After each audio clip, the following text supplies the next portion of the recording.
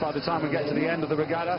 But here we come with the lineup of the men's pairs. The men's pairs also a New Zealand triumph, of course, in New Zealand last year with Eric Murray and Hamish Bonds in that epic battle with Pete Reed and Andrew Triggs-Hodge, who represent the standard here today. Over on the far side, this is Nanny Sluis and Roger Blink, both from Groningen in Holland. And in lane 2, next to them, the Kuntulas twins, Nicholas and Apostolos, who've come in to take the place of Georgios Siadis and Jonas Christou, who was silver medalist last year for Greece in the World Championships in the pair. Great Britain, Pete Reed and Andrew Triggs-Hodge, step by step for these two, who were, as I said, the silver medalist in that epic battle with New Zealand. In 4, Lorenzo Carboncini sitting in front of him, Niccolo Monati. They were 4th in Carapiro. Then in 5, promising new partnership here, Simon and Juhas for Hungary.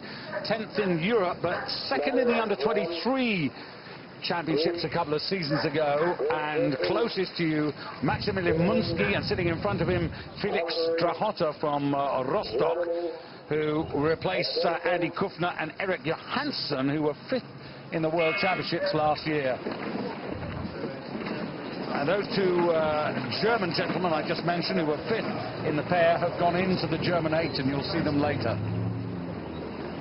Hodge and Reed a little slow out of the first few strokes, had them at 44.5. Can't imagine actually that if this were the World Championships, they were next to the New Zealanders, they might have been that slow off the start relatively, but I'm sure come 250 metres the British bows will be pushing in front. Strong start by the two Greek twins there, Nikolaos and Apostolos Kuntulas.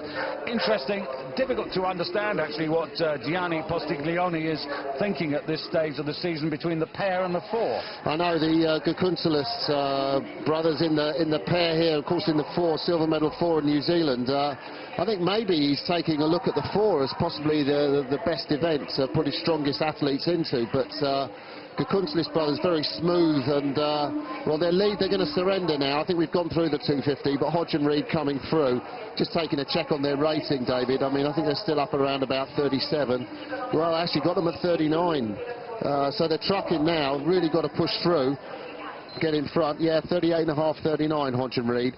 And of course, we're looking for the improvement that Hodge and Reed will make to put them in front of the New Zealanders. I mean, they've made this big, bold statement of carrying on in the pair, despite the 12-0 toll to the Kiwis in head-to-head races. Through the first quarter there, and, well, Greece and Great Britain virtually together, and looking at the Italians who are in lane number 4, I mean, they're great guys, aren't they? Carboncini, terrific record, Niccolo Monati, but, you know, they just seem to be in no man's land, and I find it fascinating and perhaps a little disappointing, because what I've noticed is both the water sports, in sprint canoeing and also in rowing, the heady great days of the Italians. What's happened to them? Yeah. Certainly the Italians don't seem to be the force in rowing that they were. Take out except lightweight rowing, I think, you know, they're still strong. Looking at Hodge and Reed there, I mean, they were quick through the 500, David, 1:32.69, and although they were close on the other crews, that's a couple of seconds quicker than they went through the semi, which I think, again, as we're saying, had slightly faster conditions. For me, you know, the big thing is how they can sort of control this field in the third 500 metres. I think Britain are going to win here, but it's how much they can push away from the Greeks. I mean, they will have a push when they go through the 1,000 metres.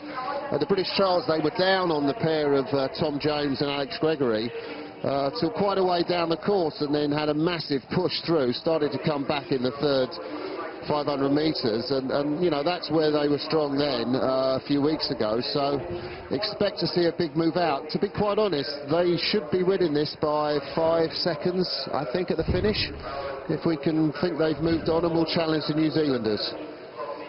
Both, of course, Olympic champions from Beijing both aspiring to be Olympic champions in not much more than a year from now here, as you see on the far side, the Greeks, and then on the near side you can see the bow of the Italians, and that's the 1, 2, 3 at the moment. But typically for these two, Martin, at this stage of the season, it's step by step, isn't it? Yeah, very, very little improvements. That's what they're about. I mean, there's no magic that they're going to come out and beat the Kiwis, but you see them moving away, the third 500. I mean, they've got to put distance on. I think that would be crucial because we expect them to race the Kiwis in the next World Cup in Hamburg.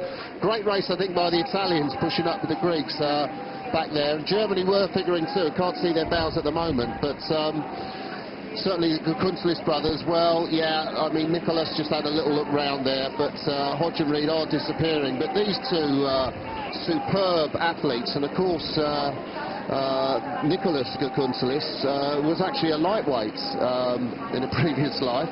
Yeah, these two boys actually won the lightweight under 23 fours 4 years ago, and they've been, I'll tell you what they have been, they've been really consistent in their performances each year. You look back to, you know, over the last 4 years, they've always been achieving at European, at under 23, and, you know, at world level now, they're in the medals consistently. Hodge and Reed look good in this third 500, I must say. They're slightly more tight, I guess, in the shoulders just compared to New Zealanders, but really pushed on well. They've got good distance. The Italians having a great race. I mean, we spoke about them. 1.45 seconds behind. I think Hodge and Reed will want to push out more. The Germans dropped off the pace there. Munski and Drahota. Yeah, essentially the Italians matched Great Britain for pace over that third quarter. They didn't lose anything, they didn't gain anything. Interesting to see that Cavaccini and Monati, because they've always wanted to make something of this boat. They have, and of course one remembers guys from the Sydney 4 against Redgrave. As we look at the Germans, I think the Germans back in 6th place, the directors concentrating on, but we can see down the grandstand Britain, well, they still haven't gone dramatic with the raid. I think they're still around about 36. I think maybe starting to raise it now. Andy Hodge just urged on by Pete Reed in the bows. Just at 38.5, just putting water between them and the Italians. It's going to be a fast time in the 620s, David. And this is more about them finding out about themselves than anything else, isn't it, really? Absolutely. They're just really got to push themselves, just get their best out of the pair they can so they can be ready to face the Kiwis. Good effort by the Italians. They've got the better of the Greek duo. Also coming fast, the Hungarians in lane number 5. Spirited finish by them. They couldn't even get third, but it's Great Britain who get across the line in first place. Italy second. Have a look at the bottom. Hungary, in fact, Greece hold on to third, but that's a fast finish by the Hungarians. Then Germany, and furthest away from you, the Netherlands. But 2 out of 2 for Great Britain. Great finish, I think, from the Hungarians. Just failed to complete. I think Hodge and Reed look satisfied with their morning's work at the office. 6:24, well, certainly 10 seconds quicker than the semi-final, where, they did have to step on, and I think they have stepped on, to be fair, in this race. They can't control the speed the other crews were doing. Ideally, I guess, 3.7 in front of Italy. You'd say they would have liked to have been maybe 5 seconds, but they look pleased. They had a good second 1,000, particularly. A little slow off the start, so great effort from them.